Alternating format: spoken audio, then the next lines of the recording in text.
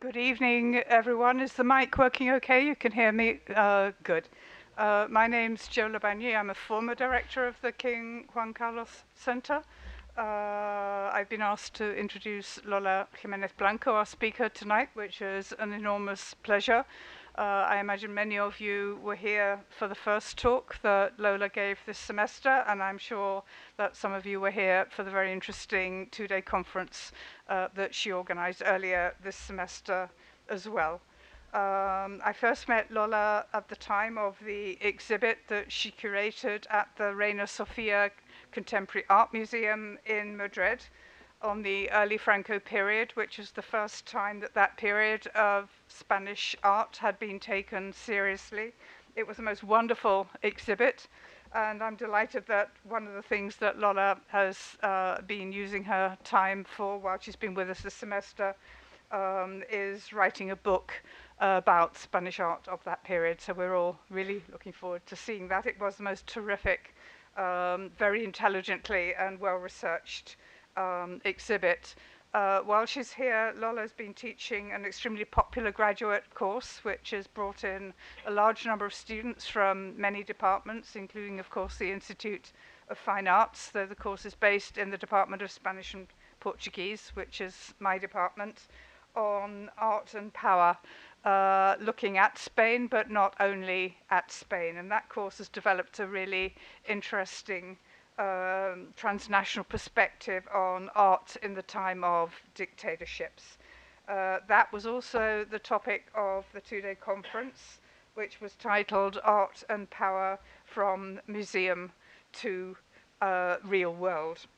I won't go through all the details of Lola's distinguished career because I did that at the last talk, and we want to make advantage of Lola's presence.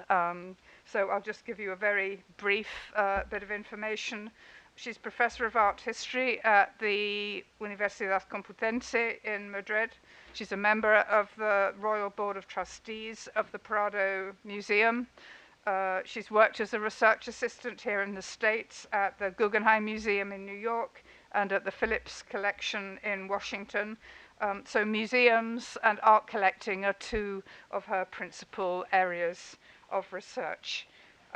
She's written 9 books. I'm not going to read out all the titles, but since 2004, I've got listed here 5 plus the catalogue of the exhibit on art and power in post-war Spain. Those titles are on Spanish. I'll just give you English translations. They're in Spanish, on Spanish art in New York, history of great art collectors, art collecting in Spain, history of the museum in 9 concepts. So you have here the title of her talk. Before Lola starts, I would like to thank very much the cultural counselor from the consulate here of Spain here in New York for being present. It's always a pleasure to have you with us, and thank you so much. I think we have a full house, which doesn't happen very often. So we're very pleased to see that. And I have to show you my glasses case, which has a detail from Guernica on it from the Reina Sofia Museum store. You can all get one. So welcome, Lola, and we're looking forward to your talk. Thank you.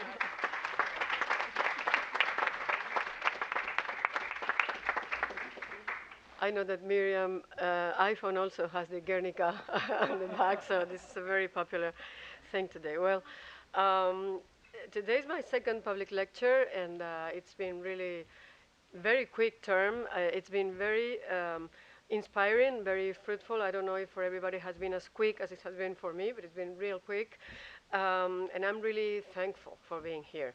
I have to thank today again Joe Labagni, the director of the Spanish and Portuguese department, for her warm presentation and also for having me in the department with our seminar of Art and Power. I also had to thank, of course, Laura Turegano, the director of the King Juan Carlos I of Spain Center at NYU, for everything.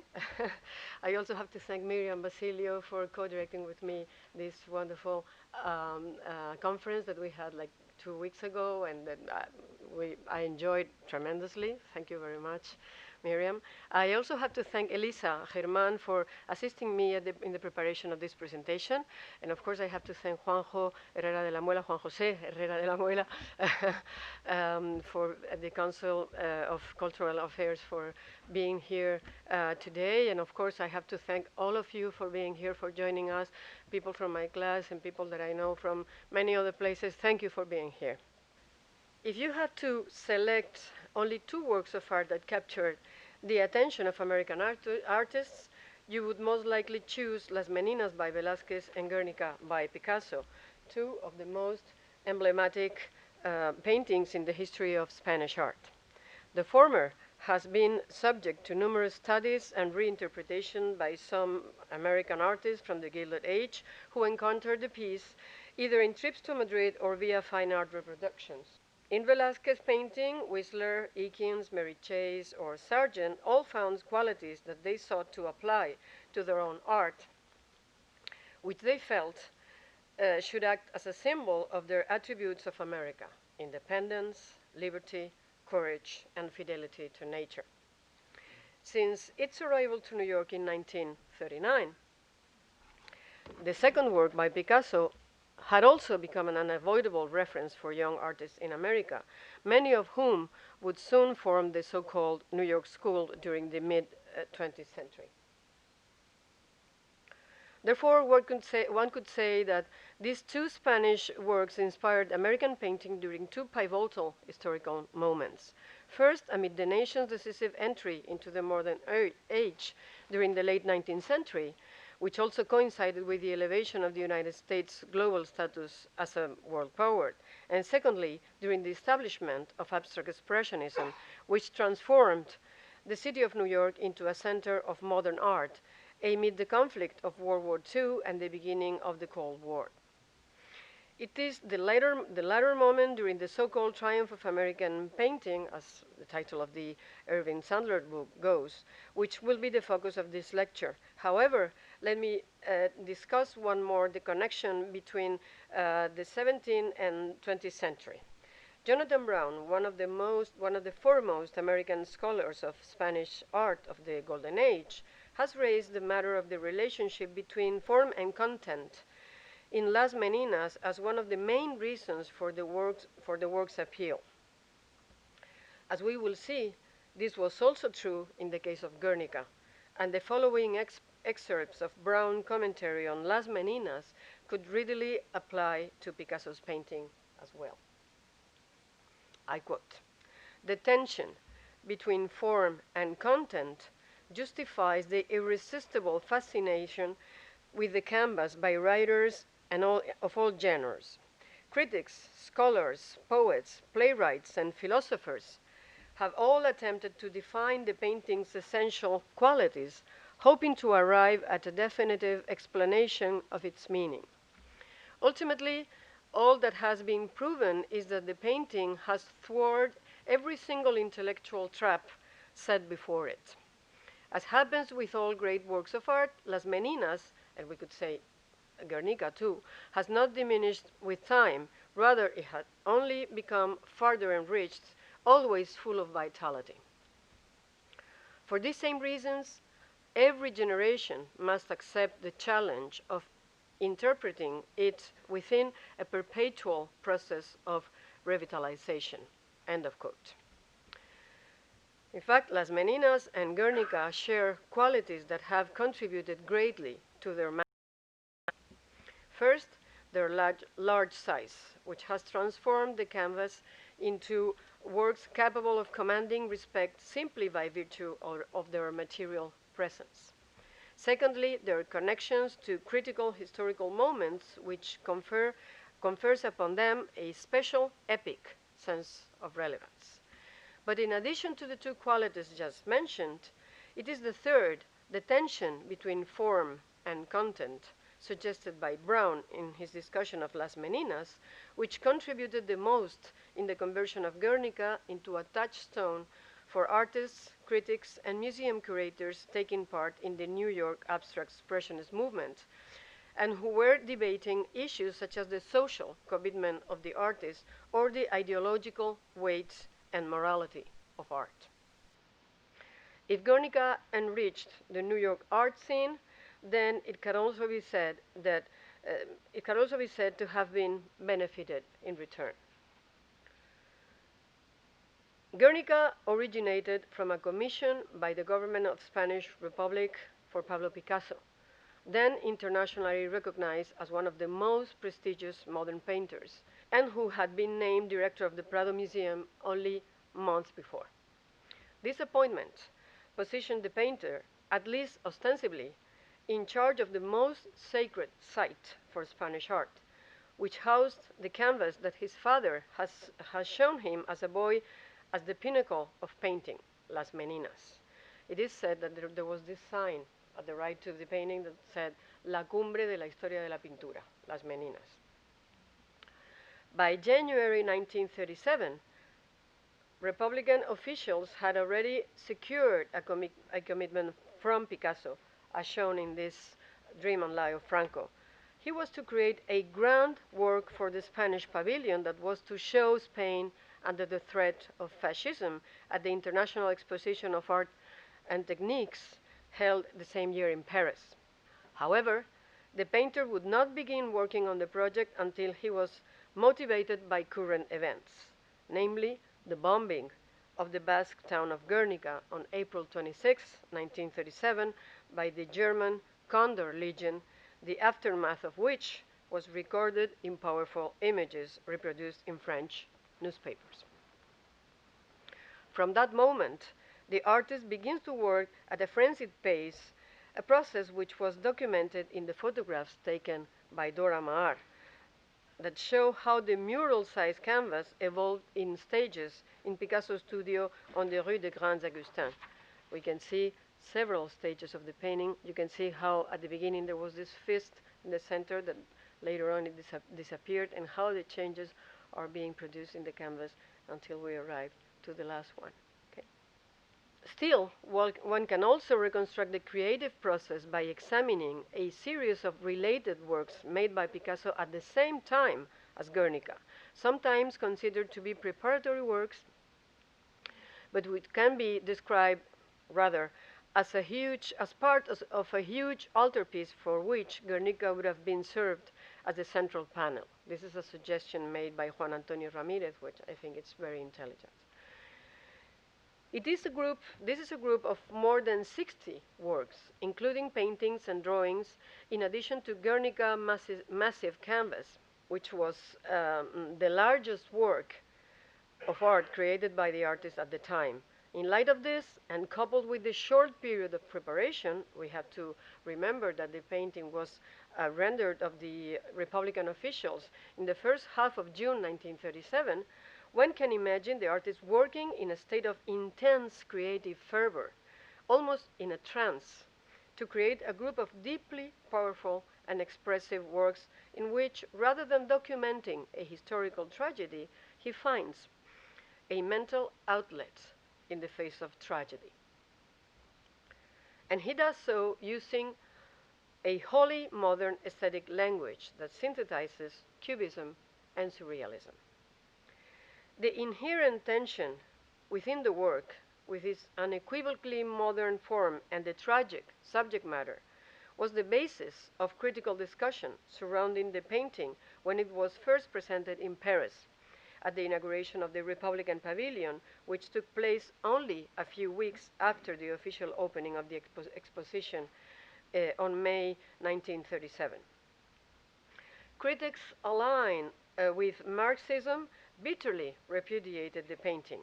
Anthony Blunt, then a 29-year-old man, published a review in The Spectator accusing Picasso of having merely created a work of art consisting of free association of ideas and demonstrating a lack of understanding of the political significance of the destruction of the town of Guernica.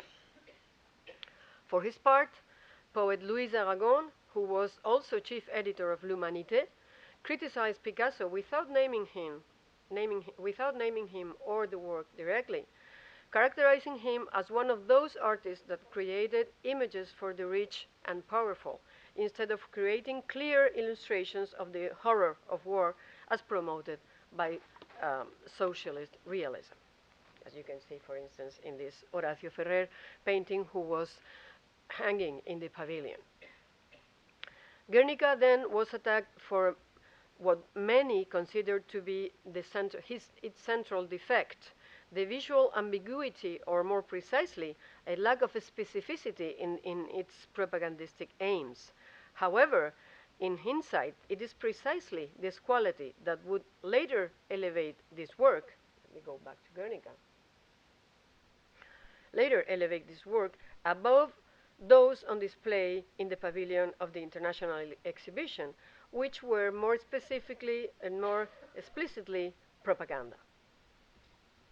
In response to such criticisms, artists such as Amadeus Enfant defended the canvas, claiming, I quote, that our era is grandiose, dramatic, and dangerous, and Picasso, conscious of the circumstances, makes a picture appropriate for the moment, end of quote.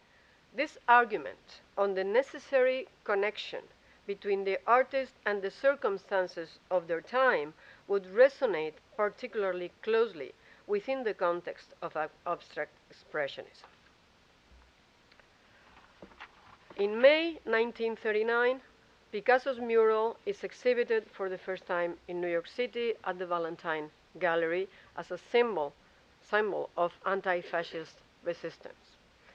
Later the same year, in November, Guernica appears once more before a New York audience, and this second occasion was as part of an important retrospective dedicated to Picasso at the Museum of Modern Art, and it is in this context that the work was labeled an essential part of the painter's development within his oeuvre, and considered to be, Picasso considered to be the key artist to understand 20th century art. The change in the status and critical response to the painting, therefore, occurs only within a few months, between May, when it appears as propaganda in the Valentine Gallery, and November, when it appears as a masterpiece in the Museum of Modern Art, all in November 1939. However, 1939, this is not just any year, with global events unfolding at a dizzying pace in which the artistic and the political collided until it became nearly impossible to separate the two. After the Great Depression, the New York art scene seems to enter into a hopeful period. In 1939, the Federal Work Administration is reorganized, and the same year, in addition to the Museum of Living Art, which between 1927 and 1943 presented the collection of Alfred Gallatin in the space today known as the Gray Art Gallery here at NYU, two new spaces dedicated to modern art opened its doors. The Museum of Non-Objective Painting, the embryo of the Solomon Guggenheim Museum, and more importantly, the new premises of the Museum of Modern Art. This institution, originally founded in 1929, celebrated the opening of the new building in May 1939 with the exhibition Art in Our Time.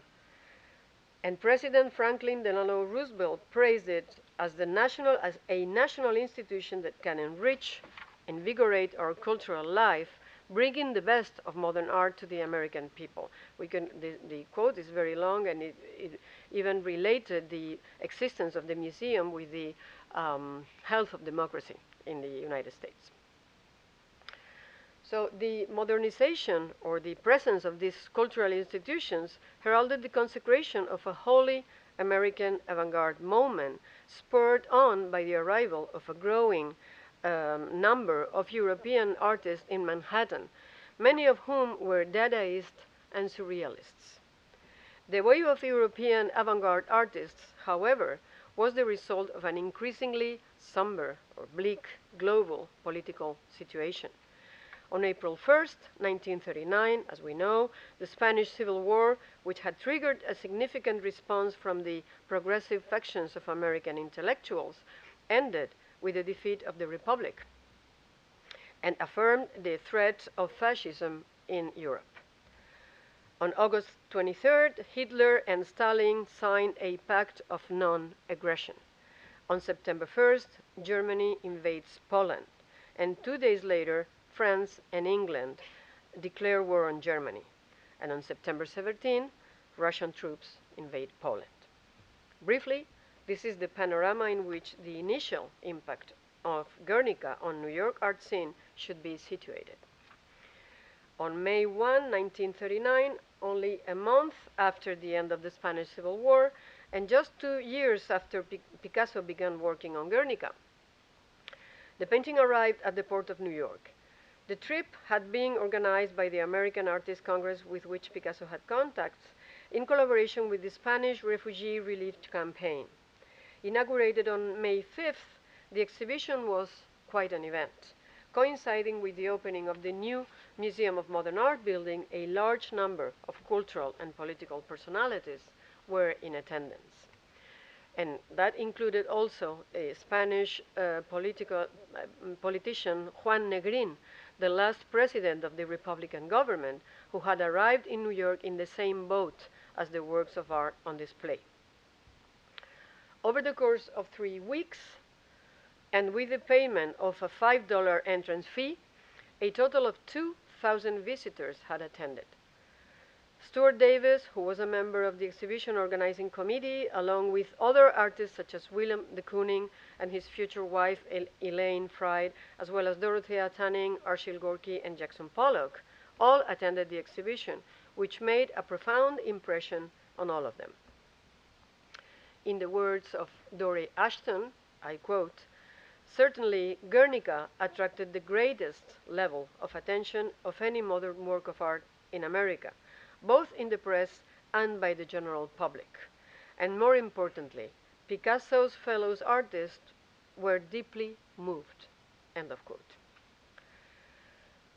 After the international exposition in Paris closed, Guernica traveled to several European cities to raise funds for the Republican cause, but this New York was the first time in which the painting was presented alongside the 62 related works, which allowed New York-based artists to better understand Picasso's pictorial and emotional process. One of the places, for instance, was London, as we will see.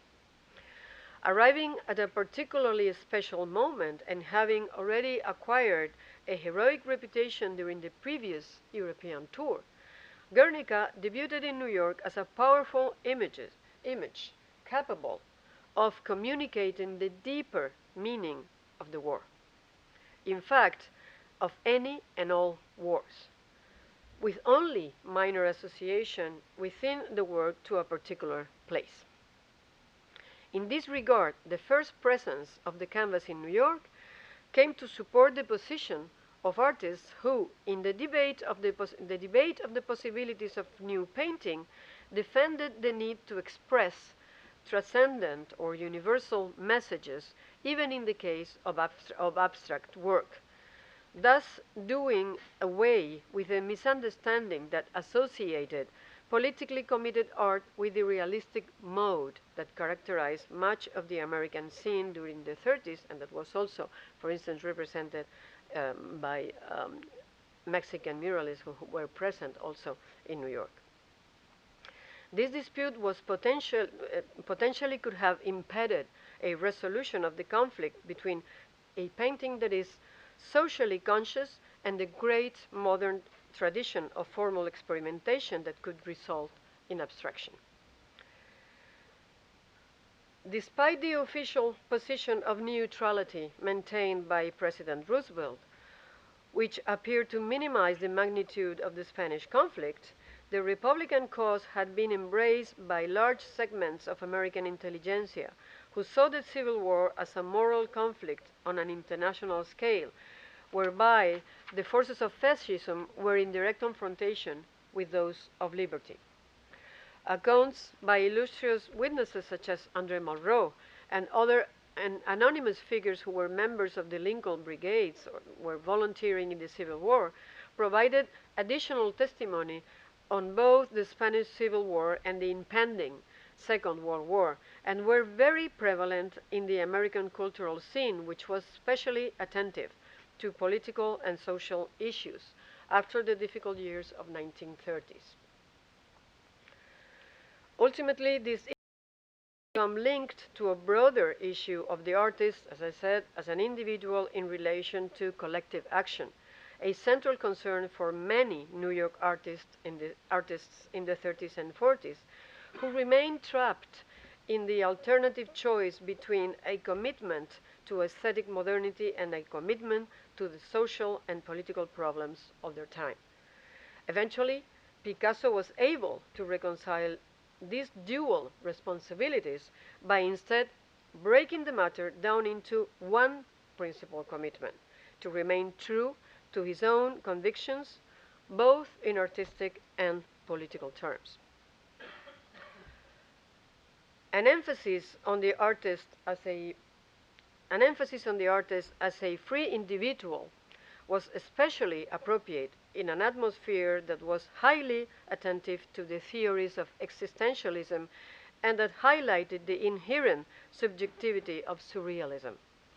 Featuring an image with deeply symbolic and mythical connotations that allowed for universal interpretations, Picasso showed others the way to unite the individual and the collective. Guernica emerged from the innermost depths of the artist, while at the same time transcending the personal and appealing to the collective consciousness. The Valentine Exhibition closed at the end of May 1939. During the month of August, Guernica was exhibited in the Stendhal Gallery in Los Angeles, and in September 1939, while on view at the San Francisco Museum of Art, the exhibition coincided with the outbreak of Second World War. Shortly thereafter, in early October, the painting was exhibited in Chicago under the auspices of the Arts Club. Throughout this brief American tour, Guernica had triggered an intense critical debate, primarily focused on the issue of the relationship between art and politics, which expanded the conflict between fascism and freedom denounced in the painting on an international scale. Guernica was once more presented before a New York audience, as I said before, on November 15, 1939, upon the inauguration of the exhibition Picasso, 40 Years of His Art, at the brand new Museum of Modern Art building located on 51st Street. The canvas was then branded a masterpiece of modern painting. Shown in the context of the Picasso's artistic evolution, a protean artist who was capable of embodying the complex and diverse adventure of modernity itself. If until then the painting was primarily understood in relationship to the Civil War, and subsequently the Second World War, maybe ultimately modern warfare, at the MoMA it would be positioned within another context, that of artistic modernity. Alfred H. Barr, the legendary first director of the Museum of Modern Art, had devoted considerable efforts towards the achievement of a good representation of Picasso's work in the museum's collection, as a foremost figure of the two great currents that, in his influential vision, vertebrated the evolution of modern art, the analytical and the emotional. Barr suggested a genealogy of these two trends in two exhibitions held in 1936, Cubism and abstract art on the one hand, and fantastic art that does surrealism on the other hand. And in both, Picasso was one of the leading protagonists. In 1939, after 8 years of preparation, the museum was finally ready to inaugurate the largest exhibition of the Spanish artist to date. For the occasion, more than 350 works from all periods and techniques were exhibited at the museum. In fact, Picasso himself lended nearly 100.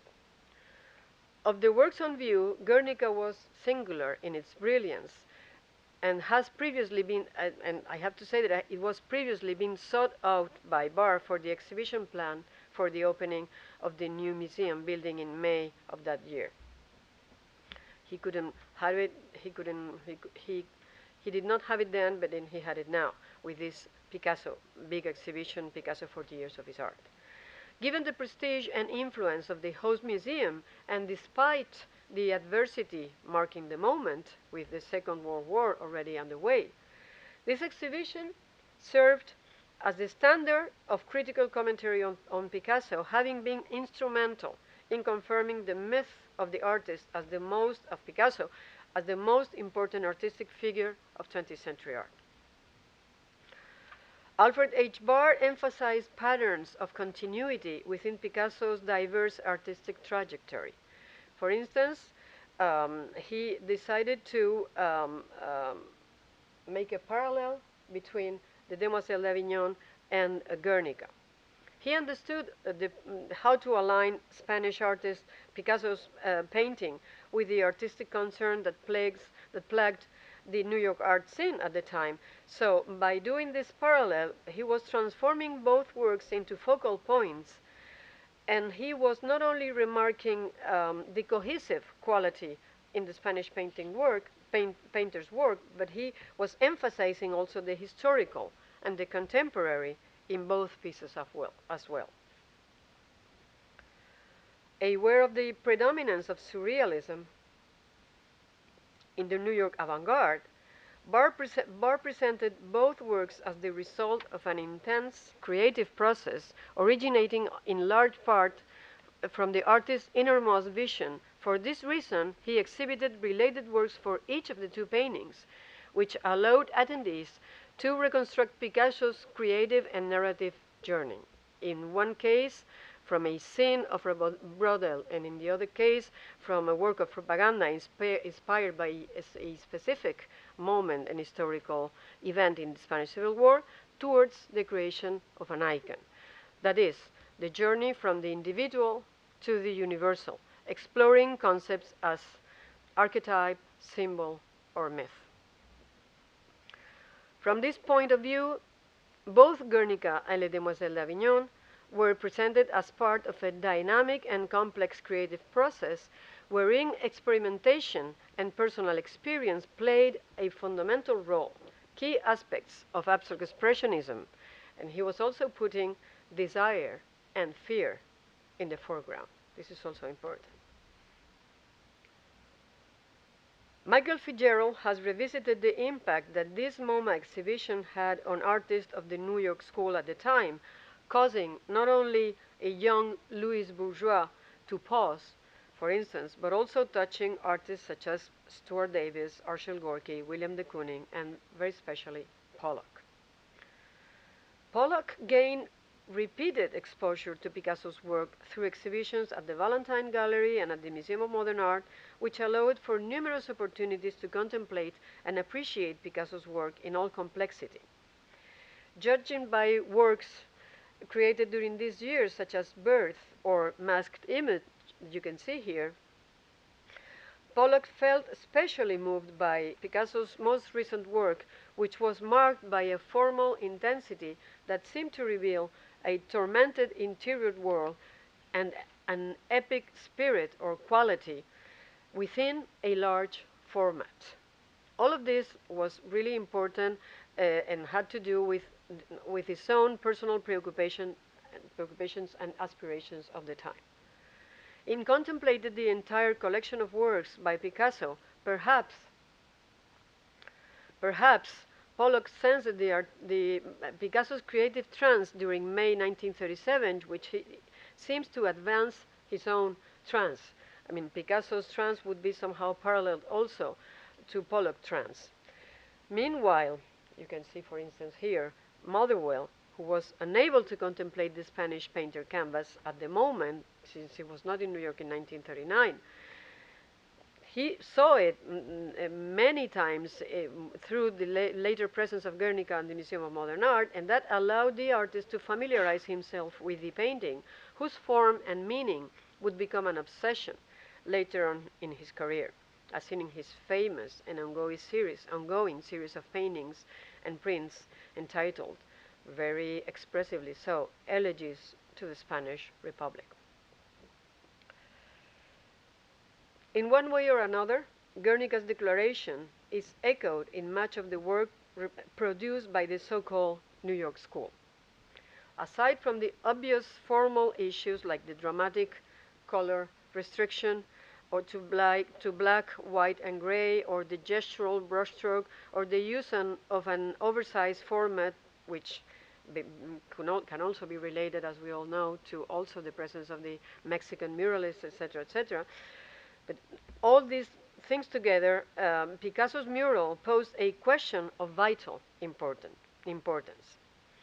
Reflecting on the social role of the artist within a context marked by war and destruction, it made clear a clear defense on the compatibility of political commitment with formal experimentation, and replaced the subjugation of militancy for introspective freedom. This is the key of everything. I mean, you didn't have to give up your ideas in order to be politically committed in your artistic ideas. You could be committed politically and artistically at the same time. You could be experimental and you could be also politically committed at the same time.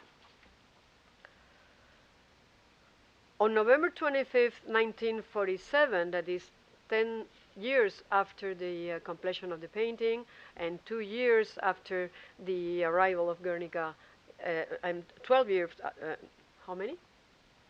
Many years after the arrival of Guernica to the Museum of Modern Art, the Museum of Modern Art again hosted a symposium on Guernica, again under the direction of Alfred Barr, who, by the way, was not already the director of the museum, but the director of collections.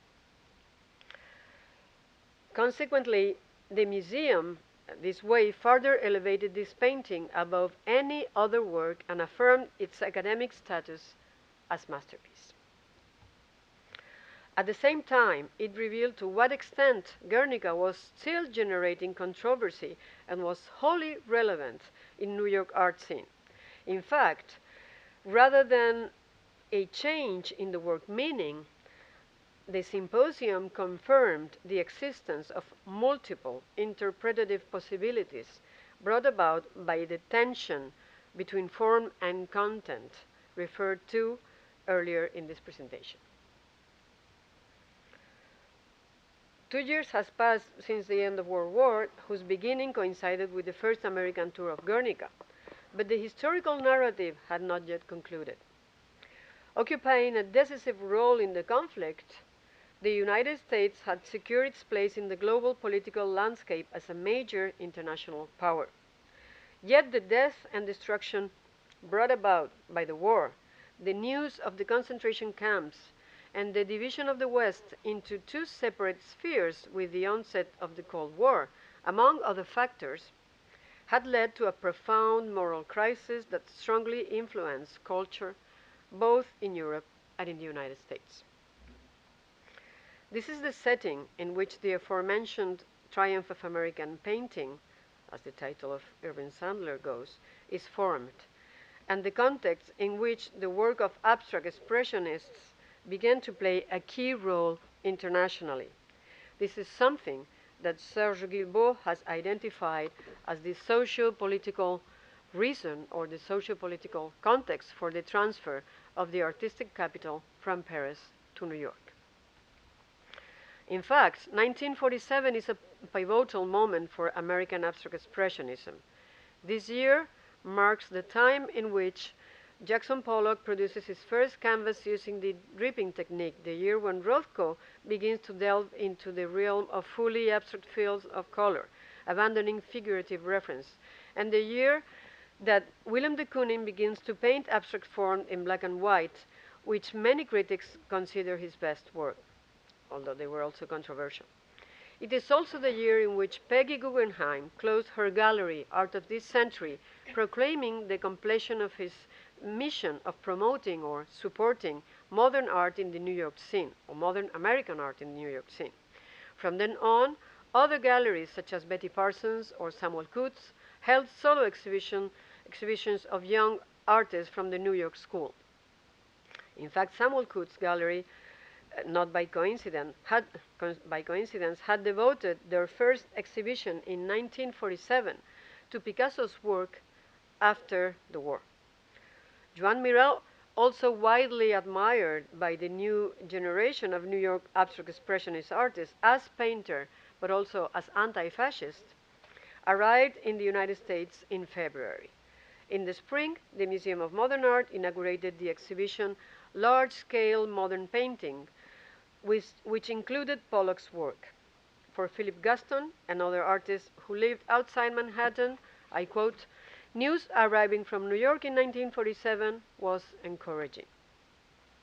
Critics were beginning to acknowledge that small group of artists as part of an authentic avant-garde, and there were new galleries devoted to contemporary art. Even a preeminent critic like Kremen Greenberg had noticed a shift in the interest of some artists who move away from Cubist principles towards symbolic and metaphorical content. End of quote. Perhaps one of the best records of the aesthetic and moral concerns of the artistic environment of the time was the legendary magazine Possibilities, whose only issue, edited by painter Robert Motherwell and the critic Harold Rosenberg, was published in the fall of 1947 and was rather quickly widely disseminated. The publication adopted a very pointed stance informed by existentialism and Jungian theories of the collective unconscious. In a famous text in this magazine, Pollock described his approach as an experimental and complex process, referring to painting as a place or a state of mind, and the final or the complete work as a result of the process where the artist lets themselves go. I quote, "When I am in my painting, I am not aware of what I'm doing. It is only after a sort of get-acquainted period that I see what I have been about. I have no fears about making changes, destroying the image, etc., because the painting has a life of its own. I try to let it come through." End of quote. Picasso has spoken in very, very, very similar terms in a statement of 1935 that was reproduced in the 1939 MoMA catalog. He talked about his work as a sum of destructions. He also said that he didn't know what the work was going to be before the painting started. And in the case of abstract expressionists, in the case of Guernica, abstract expressionists most likely recognize the process, the same process described by Pollock's views on the paintings that allowed to come to terms with Guernica. There was the same process. These photographs that you see, very famous photographs of Hans Namus, can be somehow parallel with those by Dora Maar about Picasso. In fact, artists could study the process in Picasso not only by examining the nearly 60 works surrounding the canvas, but also through the series of photographs taken by Dora Maar. All of it was at the MoMA. At the same time, they may also have observed in Picasso's painting the manner in which it acted as a public gesture, as a bridge between the inner world of the artist and the era. Yet Guernica did not communicate in a manner that was based upon the transmission of concrete messages. On the contrary, the work openly appealed to every viewer, which in each case transformed the meaning of the piece. Picasso also explicitly talks about that in this text of 1935, reproduced in the 1939 catalog. Picasso was aware of the enormous emotional change of his painting, which had emerged primarily as a reflection of his own emotion and indignation at the barbarism on display at the bombardment of the Basque city of Guernica. But he refused to limit his outrage to literal symbols, both in politics or aesthetics.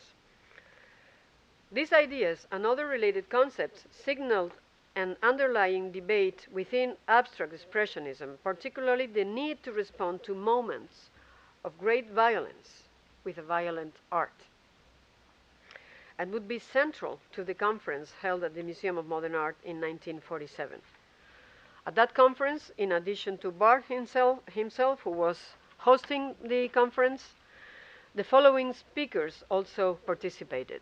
Architect Josep Lluís Sert, who along with Luis Lacasa designed the pavilion of the Spanish Republic where Guernica was first unveiled.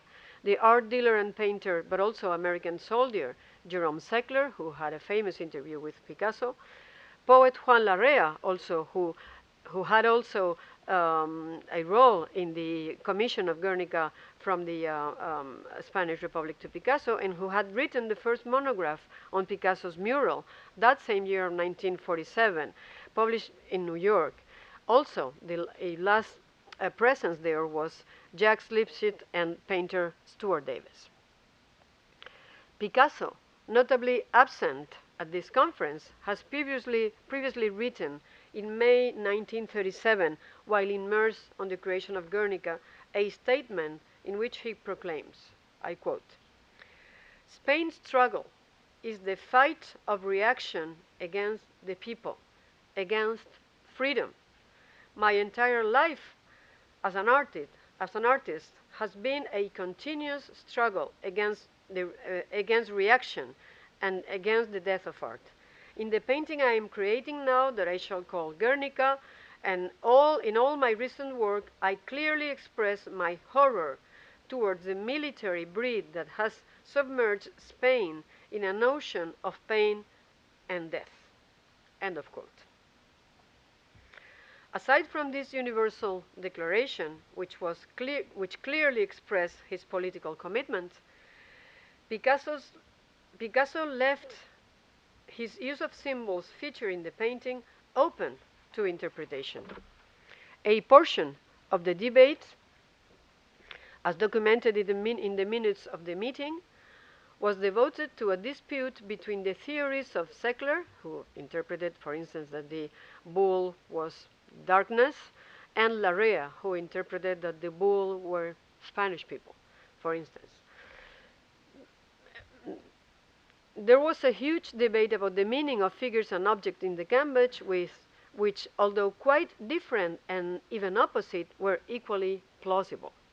However, beyond this issue, which from today's perspective is largely anecdotal, what did arise from the symposium and from Picasso's statement, despite Alfred Barr's aim to end with a conclusive and univocal interpretation, what came really across the symposium was the ability of Guernica to appeal and respond to some of the most pressing issues of each generation. This is the reason why it responded to the questions that arose from the studios of the abstract expressionists at that very moment. For instance, can artists really paint in a trance-like state carried away by the material itself? Or to what extent is the artist conscious of what he or she paints, its meaning or symbolism? Or is it not true that the symbols used having arisen from within the artist as part of a response to universal issues would be clear to all who view the painting as suggested by subscribers of Jungian philosophy? Or is it possible to reconcile, as I said before, is it possible to reconcile formal experimentation with a need to respond to tragedies of your own era? Indeed, Juan Larrea made a series of generalized and theoretical reflections that fully introduced Guernica into the current discourse of the time and demonstrated the poet's Larrea attentiveness to the artistic issues of the moment. Thus, Larrea observed that, I quote, "Painting, like mathematics, has unlimited possibilities. But what really interests the artist, what really matters, is elevating art to its maximum potential, ascribing to a higher psychological realm where it can achieve an essential state of being. This has been the great aspiration of past generations, and from this point of view, Guernica opens up new perspectives, allowing us to hope that the future function of the artist will attain a dignity and nobility that is unrivaled. The artists, not the ones, continues Larrea, are artists not the ones who strive to address the problems of mankind and which concern us all, end of quote. are the artists, the people who address the problems who preoccupied all mankind and who affect all mankind. This was the main issue here. As noted by David Anfam, modern artists often relate personal crises with current events, and the abstract expression is no exception. Nor was Picasso. It is well known that contained within, let's go back to Guernica. It is well known that contained within the immense pictorial catharsis that was Guernica was an anguish on the situation of Spanish people and culture, but also a personal uneasiness that the artists experienced during those years. It is little wonder that Picasso had labeled those years as, I quote unquote, the worst of his life. In an interview with Jerome Seckler, Picasso stated that he did not paint what he saw, but rather what he thought and felt. And at the same time, we all know his aversion to art for art's sake. Never escapist. He was always down to earth. Art should convey something of substance, but the content did not necessarily have to be limited to what which could be observed in nature, and should, on the contrary, adhere to other natural realm, the interior life of the artist. This is an idea that resonates in the words spoken on the other side of the Atlantic by a young Jackson Pollock, when scolded by German painter Hans Hofmann in 1942 for not working from nature. Pollock exclaimed, "I am nature." Pollock suffered deep personal crises, and works created during this crisis reveal his inner turmoil formally and in ways that echo those made by Picasso during the decade of 1930, both characterized by a tortured self-expression. Yet, at the same time, Pollock understood that his painting imbued his restlessness with a certain transcendent and social dimension. A conclusion which he can hardly would have arrived at without the familiarity of the new political priorities of the New York avant-garde as they approach a terrible crossroads in Western history. Stuart Davis, who also had assisted with the transportation of Guernica to the United States in 1939, was perhaps the speaker of the conference who distanced himself the most from the artistic values of the canvas. But nonetheless, he continued to convey his admiration and respect for the work. Generationally, Stuart Davis belonged to the historical rearguard of the first wave of American modernism, rather than within the vanguard of the abstract expressionism of the post-war. I mean, he was just older. He came from a generation before, or 2 generations before.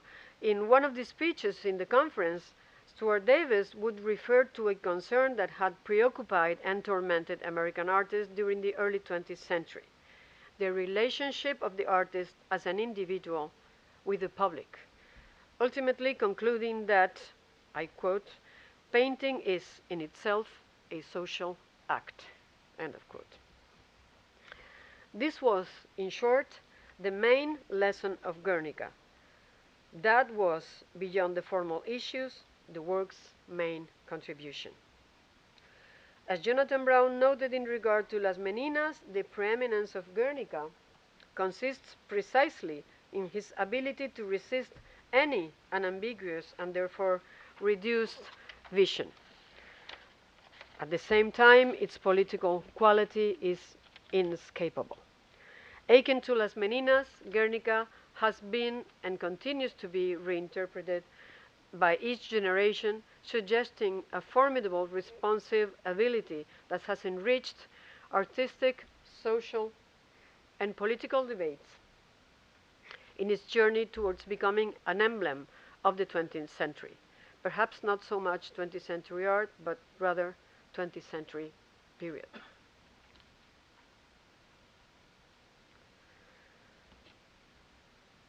Significantly, the 1947 conference on Guernica at the Museum of Modern Art was concluded with an allusion to Picasso's role as prophet. 10 years later, aware of his place in art history, and of the importance that Guernica,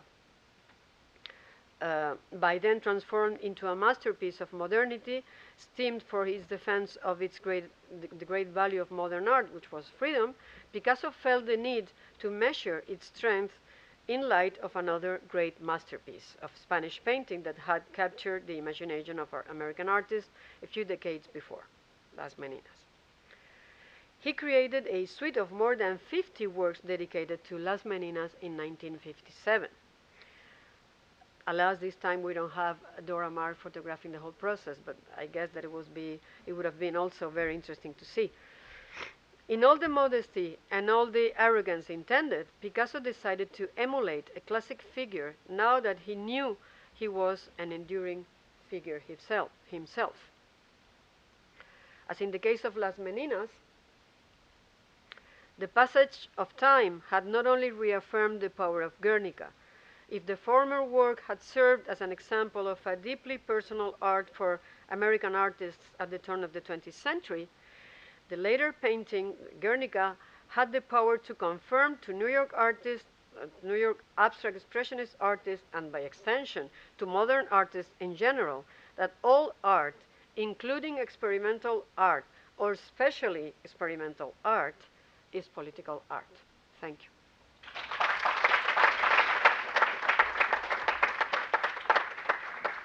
Thank you for a wonderful talk, Lola. No, don't go away. Thank you very much. No, I won't. I'm sure. Oh, I see. We've even got people standing now. That's wonderful. Well, not wonderful that you're standing, but wonderful we have so many people. Not wonderful for them. There are actually a few seats if you want to slip into them. But I'm sure Lola would be very happy to take some questions. One at the back.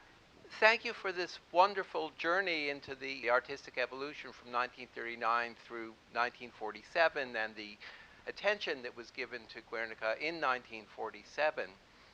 I'd like to raise a question, though, about how much of the political survives into abstract expressionism post-1949. And I say this as someone who has curated exhibitions of Picasso and Pollock.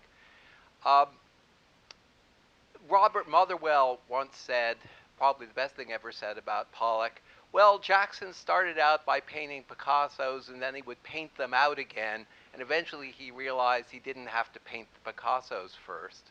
So the Picassos possibly vanish after 1949, the hidden Picassos.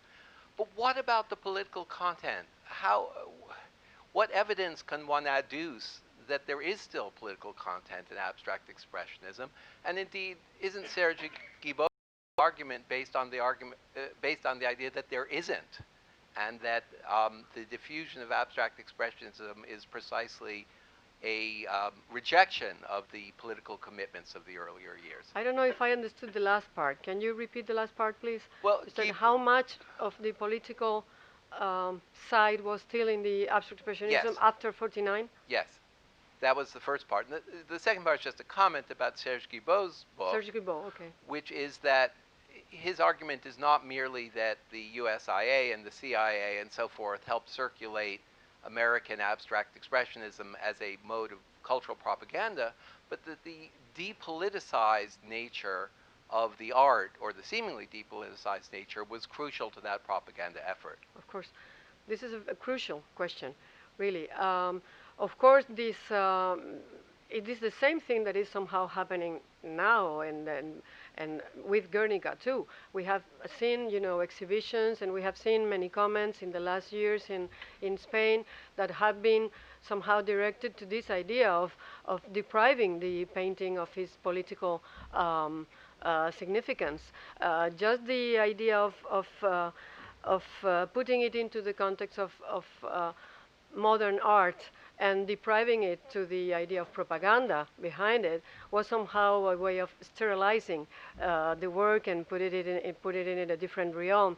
What I was trying to explain is that even if many curators, many artists, many spectators have seen Picasso in another way and have seen Guernica in another way, the work has still a lot of political power in it, and it still demonstrates that you can be experimental in forms, and you can be politically committed.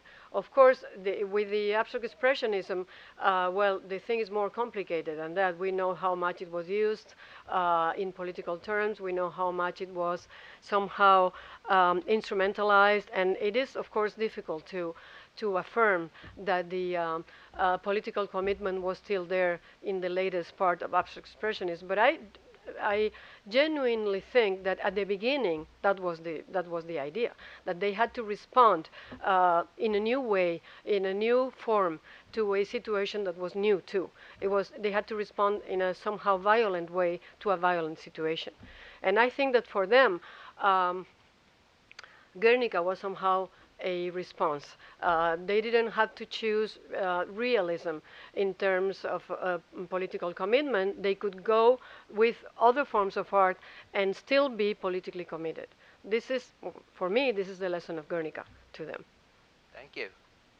I can't avoid the idea that Velzquez is one of the greatest colorists who ever lived, if not the greatest. I totally agree. So here you've got a man who he's God with color, and you're comparing that work, which everyone is absorbed and loved, with no color. We don't believe in color, you know, newspapers, black and white, ideas like that. Is that the line that his sympathy moves in a different direction? I wouldn't say that Picasso didn't believe in color. The thing is that he didn't use it for that special occasion. And there are many reasons and many theories to explain that. There are people who say that since he was inspired by the photographs seen in the newspapers, you know, the first impression was in black and white, and he wanted to keep that as a very immediate idea. Also, there's another explanation, this idea of not willing to make aesthetic concessions to the eye, not willing to make anything that could, you know, be called nice in aesthetic terms, and he thought that it would be much more, I don't know, tragic, more dramatic if he kept only the black and white, not distracting the eye with colors. There are many explanations, but for instance, if you saw the other image of Picasso versioning Las Meninas, you would see that he added even more color than Velzquez. So I wouldn't say at all that Picasso was not, you know, fond of color. He was, very much so. Maybe, I don't know, maybe you could also say that in the light of the first stage of Cubism, which was also very subdued in color. But as you see, those are only, you know, experimental phases that he goes through and then always goes back to color. Yeah, I want to say, since the Guernica was the trial of the Second World War, yeah, the historical fact, the massacre, and I see the painting as like better than a press release in New York, and it had such a nice welcoming in New York. What happened in Europe after this exhibition of Guernica in New York at the time? Okay, why the European press didn't support Spain, didn't support the Republicans, didn't support the people suffering, since it was the trial of the Second World War? What happened shortly after? So you mean if there was any reaction to the painting? Yeah, since since from your words I see that has a very welcoming, and it was understood that at the beginning it was very misunderstood. As I said, at the beginning, when it was first exhibited in Paris, it was somehow... I'm talking about New York. No, yeah, in Paris it was somehow despised because it was not so specific as social realism, okay, socialist realism. It was only in New York that started to, not only in New York, I think in the tour that it started after Paris Exhibition, that started to be seen in another light. The thing is that precisely because it was not so explicit, precisely because he was not recording the very specific traits of Guernica, April 26, 1937, it became universal. And so that's why maybe that could be an explanation why after the end of Civil War it still had this political impact, and maybe why it is so it's so present in any demonstration, with the Iraq War or in many other places now, right now. Why it did not have an impact in the political agendas of the international leaders? This is what you were asking in the 40s in Europe. Well, I wish they could have responded to that, but this is only wishful thinking that a work of art could change political agendas. I wish, but this is very difficult. I guess that they had other interests, there's an interesting point in your question too. You were referring to the technology that was tried in the Spanish Civil War, and specifically in Guernica. And in fact, in the painting, you could see that on the top you have this light bulb, and it's like Picasso is using somehow an irony to say how electricity, how technology is being used, how light is being used for the worst, is being used to destroy, is being used not as a form of elevating humankind, but on the contrary, for destruction, for pain. So there are hundreds and hundreds of interpretations of Guernica, as there are hundreds and hundreds of interpretations of Las Meninas. I remember very distinctively one that was done by Professor Robert Rosenblum in the Prado Museum many years ago, and who was trying to analyze each one of the figures, just to say at the end that it didn't matter at all, because of course each one of us would say another thing. And this was exactly what happened at that symposium. Alfred H. Barr was willing to pinpoint everything and to have everything close, and to have the ultimate interpretation that would close any other possibility. And of course what happened was the contrary. Larrea was saying one thing, Seckler was saying another thing, and they were both possible, both plausible, and in fact it is still the same thing. So, well, there are many things in your question, but I wish that political agendas of international leaders could change for one painting. But what Picasso did change was the way in which many artists conceived political art at his time. This is a lot too. During 2003, a tapestry of Guernica hanging at UN was covered up by a blue curtain. Would you mind to comment on that? Well, yeah, we have been talking about that, yeah, and well, this only proves the vitality and the power of the painting still today, or very recently. I mean, it's not precisely because it was not so specific about one specific episode of the Spanish Civil War, but he had the ability to go universal. This is why now, today, Guernica seems to be still, calling on everybody's conscience about war, about destruction, about massacres of innocents, about pain. This is why, this is a very well-known episode. It was covered at the United Nations Organization. Perhaps you'd like to explain it for those who don't know. It was Colin Powell. Colin Powell was presenting.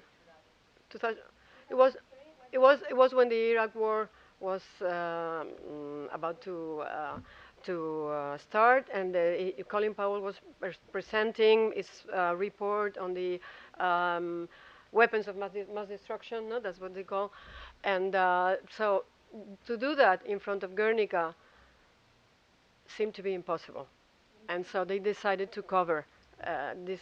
So that explains a lot. That explains how the moral significance of the painting is still very alive. There's a question at the back. Muchas gracias. Tú habías comentado en la reunión pasada de que Picasso ya no regresó a España después de un tiempo por todo este involucración. Nunca regresó. Vale. Y Murió en Francia.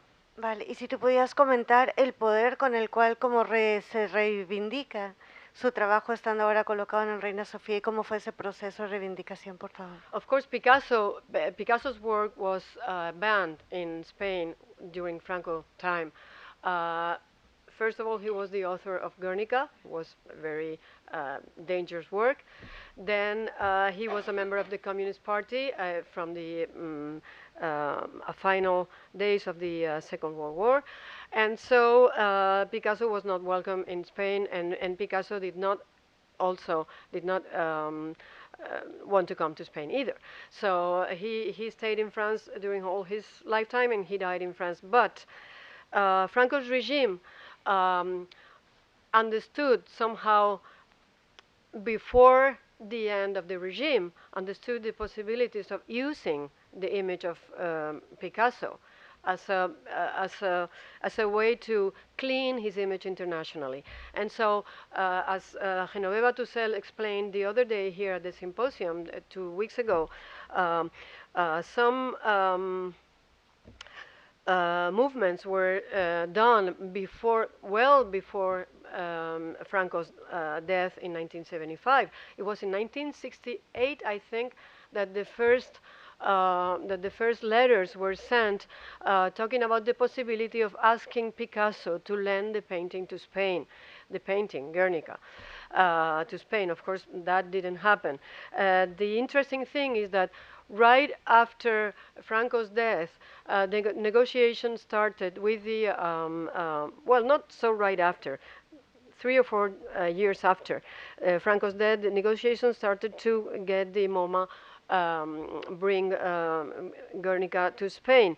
Why? Because the painting had been, as I said, commissioned by the Spanish Republic, had been paid to Picasso, so the property was the Spanish Republic. Although Picasso had been taking care of the painting during all his life, and had not donated, but had lended it to the MoMA, because he thought it was the best place where he could be, where it could be, also because he knew that it was the most important museum of modern art in the world. That was also a very intelligent move on his side.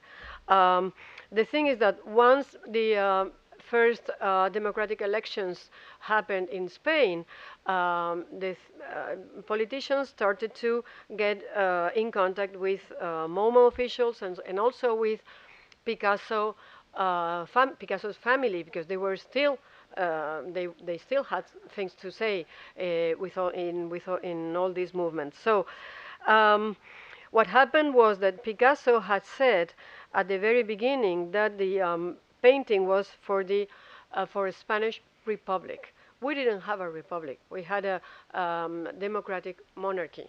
So, and that was, a long process to convince MoMA officials and the Picasso's family to trade one thing for the other. Well, it's not a republic, but it's a democracy, so maybe Picasso was thinking that could work. At the end, when the Picasso family and the MoMA officials decided that the painting could come to Spain, that was 1981. So that was a moment when the coming of Guernica was read as a token of reconciliation of the country. The painting has been done at the very beginning as a way to show the threat of the civil war. I mean, one side of the country against the other side of the country. And when it came back, it was very, widely and propagandistically read during the transition period as the reconciliation of both sides. The painting came at the very beginning, not at the Reina Sofia where it is now, but to the Prado Museum, because, as I said, Picasso was appointed the director of the Prado 1936, right before the beginning of the Civil War. He had always dream of being part of the Prado himself, like inscribing himself in this genealogy of the great Spanish painters like Greco, Velzquez, Goya, and Picasso. And so he decided that, and he said that the painting should go to the Prado. And there was a lot of talking about this idea of the painting being the last history painting of the times, etc., etc.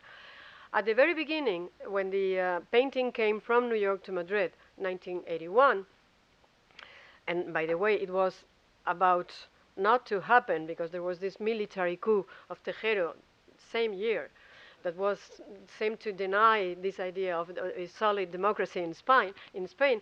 But when it first came, it came not to the Reina Sofia, as I said, but to the Prado, but not to the main building of the Prado, but to this secondary building where 19 painting was exhibited at the moment. It was called Casón del Buen Retiro. It's just in front of the garden of the Buen Retiro. It was only later, I think it was 1992, that the painting was transferred to the Reina Sofia. Why? Well, as we were talking before, it was supposed to have lost the, so to speak, the danger of being a politicized painting. At the very beginning, Picasso was in the Casón del Buen Retiro with a wallet-proof glass and with a civil guard with the gun, because there was this fear that it could have like I don't know, a coup or something that could go against it. The transfer of the painting to the Reina Sofia meant that the painting was no longer a political issue, but it was meant to be part of the modern art collection, the official modern art collection of Spain. But I have to say that at the beginning, what it was at the Reina Sofia, it still had about a wallet-proof glass. It was only years later that was transferred to the way you can see it now. So, you know, it's a long way. Well, it's supposed to be the heart of the Reina Sofia. It's supposed to be the most important painting in the history of modern art in Spain. And the main art collection of modern art in Spain is the Reina Sofia. That's it. And also, there's another thing. Of course, it's been asked for many, many times, for Guernica, for Bilbao, for many other places. The answer has been always no. It is, in a way, it is a political answer, but it's also, there's a lot of conservation concern. It's very fragile because the painting has been traveling so, so often at the beginning, and it was rolled and disenrolled many times. You know, the conservation issues were not the same in the 30s and end of the 30s, 40s, 50s, because it still traveled during the 50s, and today. So there is this huge, very extensive report by the conservatory department in the Reina Sofia saying that it's impossible to move. But there's also a political question, not so much in the sense that they don't want it to be in the Basque Country or whatever. It's also political in the sense that the same way with Las Meninas in El Prado, these kind of works that are the heart of a museum, you cannot have them traveling. I mean, that's it. That's it, period. I mean, you cannot have people coming from all over the world to see this painting and finding that the painting is, in an exhibition somewhere else. If the Basque Country was asking to have it permanently, then this is another question. But if they ask for an exhibition, the answer is going to be no. I think reasonably no. Okay, we have a reception outside. Thank you, Lola, for a wonderful talk.